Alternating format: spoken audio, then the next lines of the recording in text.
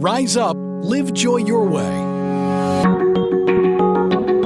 From emotional intelligence through cognitive distortions, certified life and wellness coach Kamini Wood is on a mission to help people see the magnificence of their own unique human spirit. Through these small bites of self-visualization and self-confidence, you can have healthy relationships, success in business and career, and live the life you want to live. Rise up, live joy your way. Hi there. Welcome to another episode of Rise Up, Live Joy Your Way. Whether it's morning, afternoon, or evening, I just want to say thank you for taking some time out of your day to spend with me. And today's topic is one that I think I've talked about before, but I can't talk about it enough because I think all of us deal with it, which is anxiety and fear.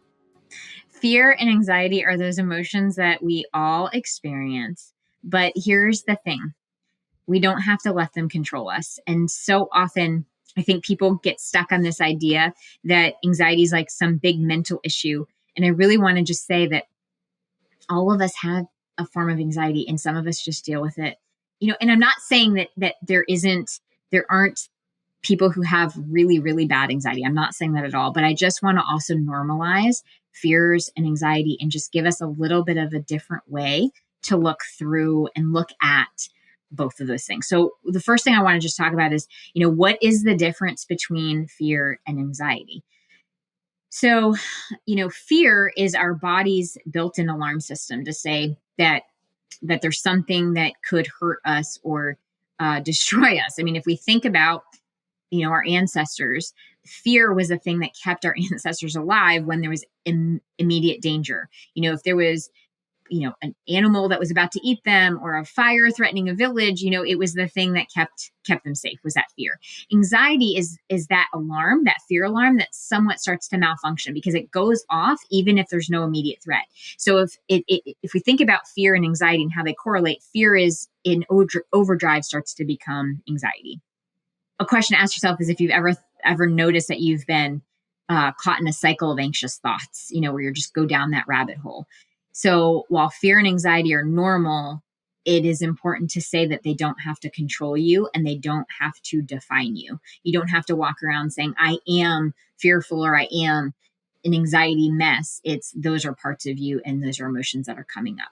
So one of the most powerful tools that I can suggest is just self-awareness. When you think about how you grew up, if there was constant worry or constant fear, or maybe you had a parent that always expected the worst, or it was a chaotic environment.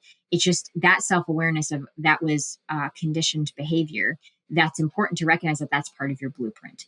So to reflect on what could be part of your anxiety blueprint, you can ask yourself, what stories or what beliefs about safety or control did I absorb growing up? What are the roots of some of that anxiety that I feel, and to recognize that to do that takes a lot of bravery and a lot of courage, because self-awareness takes bravery and courage, because once you become aware of it, you can't unsee it. And then there's almost this idea of, so what are you going to do about it? All right. So think of it as detective work for yourself, do it through journaling, do it through just talking it out with yourself, but it's to notice when your anxiety is spiking. Like if you notice certain triggers or moments that your anxiety is spiking, it's important to write that down and to just start charting some of that. Or are there relationships and when you're with somebody that you're constantly feeling on edge, or what thoughts are constantly on replay in your mind? So the goal isn't to shame yourself by any stretch. It's to just notice what those patterns are so that you can start connecting the dots and start understanding what those patterns are. And it's important to recognize that this is, again, not a shaming exercise, but it's a way to create that map for yourself. When we're thinking about anxiety, one of the things that I often say to people is it's not about getting rid of it. It's go towards it so that you can understand it. Go towards it with that curiosity and recognize that it's actually giving you information. It's a messenger telling you that there's something that it wants you to pay attention to. So ask yourself, what is my anxiety trying to teach me? What is my anxiety trying to communicate to me? If it could talk to me, what would it say? Right? And because when we get curious about it, we also don't we move away from the idea that there's something wrong with us. And I'm not suggesting that we're trying to toxic positivity this and say, oh, it's really not that bad and it's really a great thing. I'm not saying that at all. Anxiety doesn't feel good. Let's own that, but also let's get curious with it. Because when anxiety feels overwhelming, we feel like we're paralyzed. And so when that happens, becoming mindful and just grounding yourself is a really important thing. So, I know that I'm an anxious person. I admit it to people all the time. I do deal with anxiety. And so sometimes when you start feeling it bubble up, it's difficult to get curious with it in that moment. And the first thing we have to do is ground ourselves. So if it means putting your feet on the floor and just really feeling your feet on that floor and dialing into your senses, then you start there, because once you're reconnected with yourself, you're reconnected with the present moment, then you can start practicing the curiosity. Then you can start asking, what is this telling me? Then you can start saying, okay, what do I need most?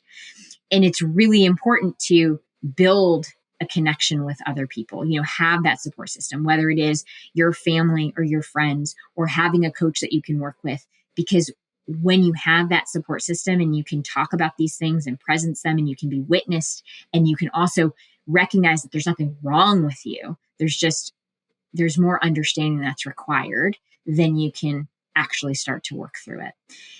On that note, if you have been dealing with anxiety, it is something that I work with my clients on routinely, talking through, where the anxiety is showing up and helping break it down, creating that sense of deeper understanding, and then working through action steps to start working through it is something that I do routinely with individuals. So if you'd like to talk about that or how coaching can be supportive in that process of working through anxiety, by all means, book a time to speak with me at coachwithkamini.com. And until next time, stay well. Thank you for listening to Rise Up, Live Joy Your Way. For more information, book a chat with Kamini at www.chatwithkamini.com or visit her website at www.kaminiwood.com. You can also find Kamini on Facebook or Instagram. Username It's Authentic Me. Thank you for listening.